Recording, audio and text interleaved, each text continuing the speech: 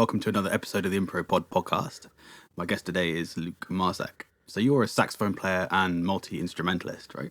Yeah, that's right. I play saxophone in a couple of bands. At the moment, I'm playing in a band with a producer called Lazy H. It's a electronic synth jazz band, and I bring the sax into that. That's like the only acoustic instrument. Everything else is analog synthesizers and drum machines and stuff. I also play with some friends locally, and I'm a singer, songwriter, producer. So I've been writing and producing an album on which I play the piano, bass, some drums, keys, synths, and singing, and I write songs. That's my main thing. And when you do produce them, what name are you going to release them under? That'll be Luke Marzec. Okay. Look, so in about late March, I'll be putting out some songs. Nice. I've got loads I want to share. This is the first time we've recorded in your studio, which is great. And it's good to have a real piano for once, because previously I've just been using samples and stuff, which sounds good. It's not the same as the real thing. And that's Marzec Studios in Buckfastleigh. That's right, yeah.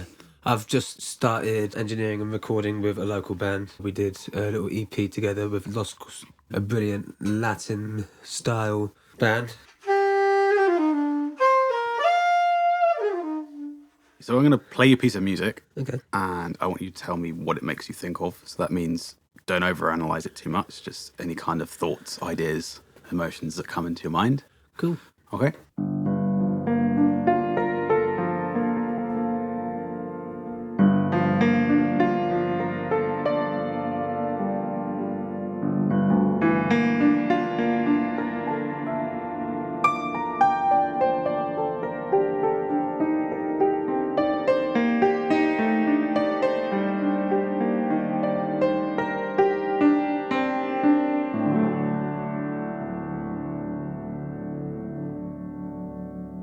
Yeah, that was nice. It was a single solid idea. I liked that. I think for some reason I just had an image of a woman just staring out the window. What was she thinking about? I don't know, but I could see she was a lost lover. I don't know. It was, just that French existential worrying, looking out the window thing. French existentialism, yeah. I don't know. I see what you mean about said the antis, and maybe my mind's on that vibe.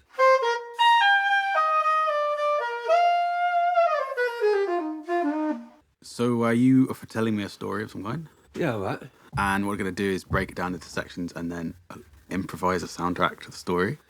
It was a solstice, midsummer's night celebration, and I went with my partner Layla to Kent, and we were going to go to Cuxton Woods, which is this ancient woodland which was part of an old estate, and there's a mausoleum in the middle and loads of ancient ash trees and sweet chestnut trees. Sweet chestnut are my favourite trees. They've got this beautiful bark that looks like really thick textured rope that kind of twists around the trunk.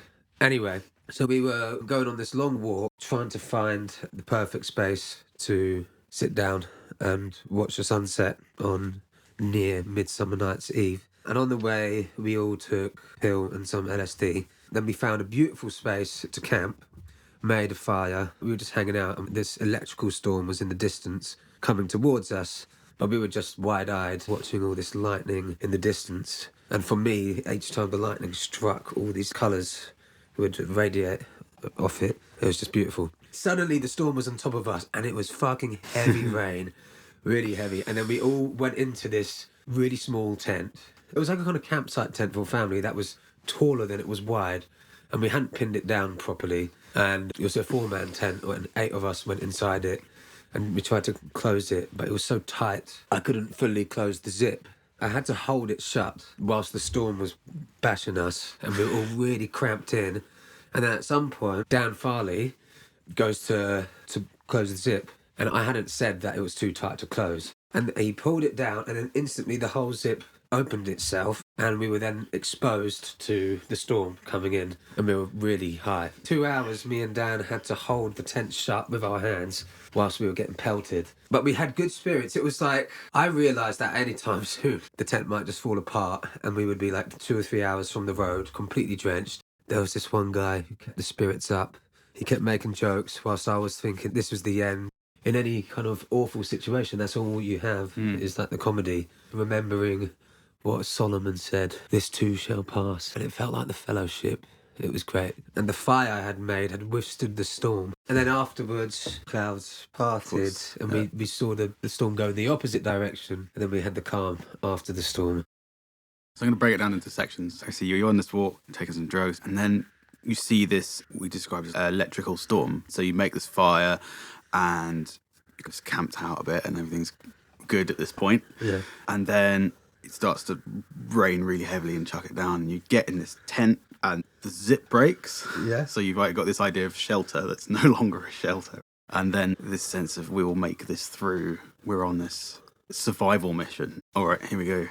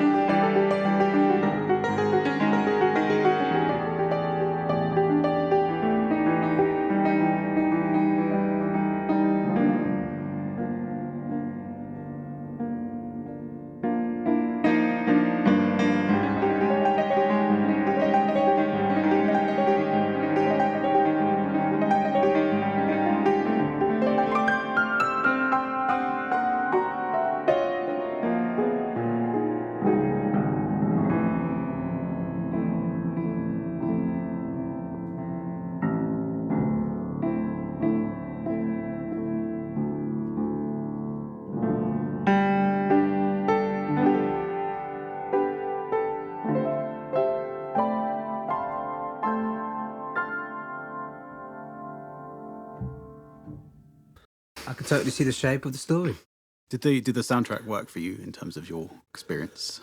Yeah, it did. Yeah, I think I could hear the raindrops coming in. It had 3 clear sections. It had definitely the right shape and the mood. In the middle, when it got darker, louder, and busier, faster. And then they had a little discord in the middle, mirroring both the drugs and the harsh situation. And then afterwards, the release, it wasn't like a fully pretty release. Yeah. It was calmer, but it was still a little bit minor and melancholy. Damp. Yeah.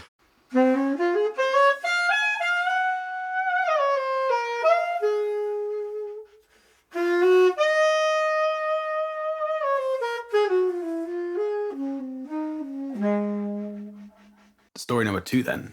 Last summer, I went to an event called the Bodger's Ball with my partner.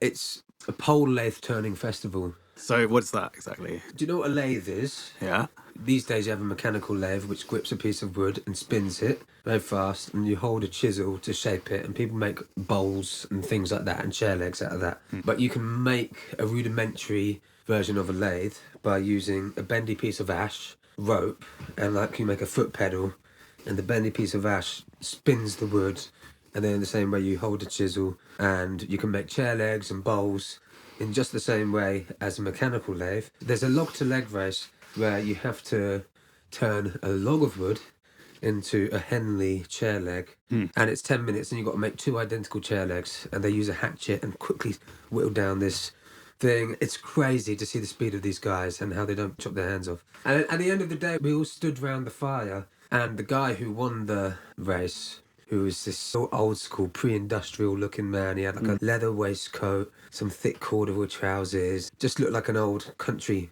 guy who was a really skilled woodworker. And people were singing songs around the campfire, and someone asked him to sing a song, and he said, "Romance or revolution?" And then people were singing, "Romance or revolution?" And then he would sing a song, and we'd all stand there listening to an a cappella folk song. The revolution would be old protest songs, or old romance songs, folk songs, sang a cappella, transported back in time to a place where there's no machines, where there's no sound systems. They had guys with anvils and coke burners, and they'd make blades and use scrap wood to make wood. In the fire, they used their voices to make song, and it's just transported back in time. Loads of people making things and not a single power tool. One of the ladies said, I don't know, a lot of people worry about the future of humanity going off a cliff edge. She was like, "Don't worry, we've got it." That's so good, isn't it? Yeah. We've got this. Yeah. Nice. I think I'll go for the idea of being transported back in time, back to a simpler time. Then we went back to modernity afterwards. Yeah. Okay. I'll go for the transition from modern life to this older time. There's stories and these things going on without being too specific about it. And then we'll go for the transition back again and see how that works.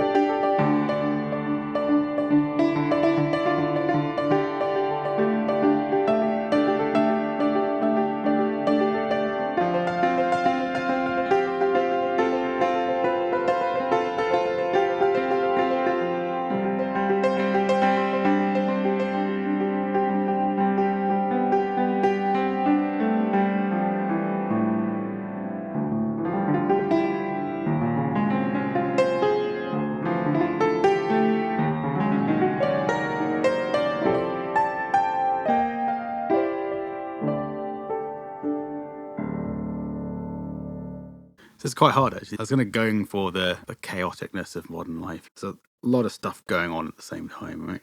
A lot of stuff that isn't. Is globalization. You can talk to people on the other side of the world easily. It's hard to concentrate on things. And then I was going for this almost what I perceive as like a medieval sound, like with these parallel fifths kind of thing. And yeah, exactly. I thought you hit the nail on the head with that parallel harmony. I got that. Yeah, and it's funny that you say that because it was a simpler time and a simpler harmony. When you just had like the pedal, think like D on the bottom, and you were just doing the parallel stuff, that hit the nail on the head on that kind of medieval vibe, and I could totally see people tinkering away with that. Before counterpoint, before we had elaborate kind of Baroque stuff. Yeah, monks chanting in a church. Yeah. Parallel. Do you want to give that that transition a go on the saxophone? From like modernity to a simpler time?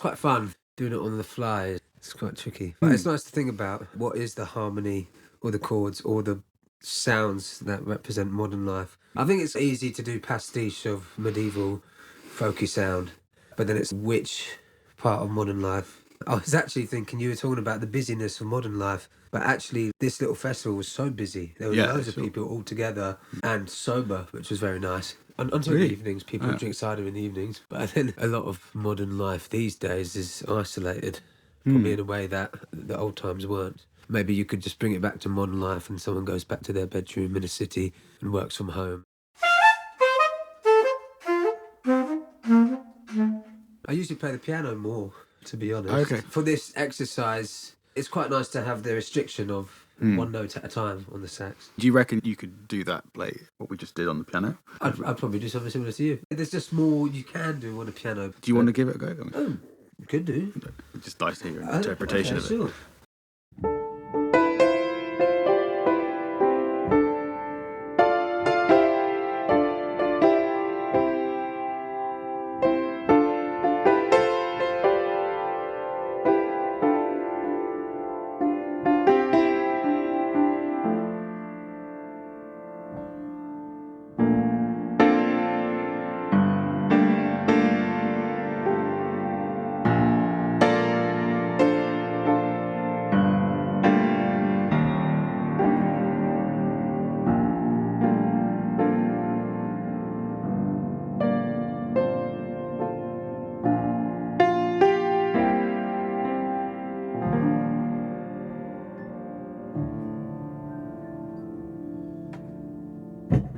I know what chords I like to feel. I like to play those kind of minory, majory, or those chords I played later on. So I guess it was like going to this medieval world. Yeah. And then just going back home. Were you thinking about your experience when you were playing it? Nah, not really. I just thought you've got one world of all I could do in that moment was a pastiche of medieval harmony or folky, like modal stuff, and then go just to what I play when I go home. I guess that's all it was. Yeah, nice. Just two different worlds. And it's nice that that's what you play when you go home. That's your back to life kind of theme, if you like. And it's interesting how it makes you access the sometimes limited knowledge of music in a certain area. I haven't studied medieval music. What I've got from it is just films I've seen mostly, or if you go to an old dance. So you have like an idea of it, what that sounds like, which is to do with a lot of media mostly. You just access it. And then it is sometimes a pastiche, as you say. It's an interpretation of that sound it's evolved over years. If I was to go and do that again, I'd probably get like this simple folk theme and probably continue the melody. But then when you go back to modernity, you have the memory of that. So the melody continues, but maybe the harmony could change underneath it and go into a modern harmony with different emotions, but keep the medieval melody, and it could slowly change. Maybe the mode could change to something. I think the difficult part is keeping the consistency, especially when you change vibe and you change worlds, to not completely feel like it's jarring. And so what you were talking about there is, using the same melody but reharmonizing it, and you getting an anchor point of something that you can recognize, but now it's in a different form, and making it consistent.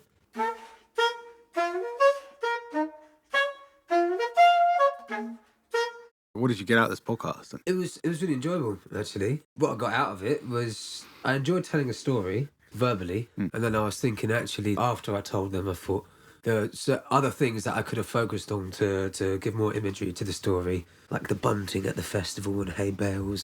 It inspired me to think about how to tell a story better, because I've been wanting to write little shorts. And yeah, it's just interesting to put sound and music to stories. I've not done much of that.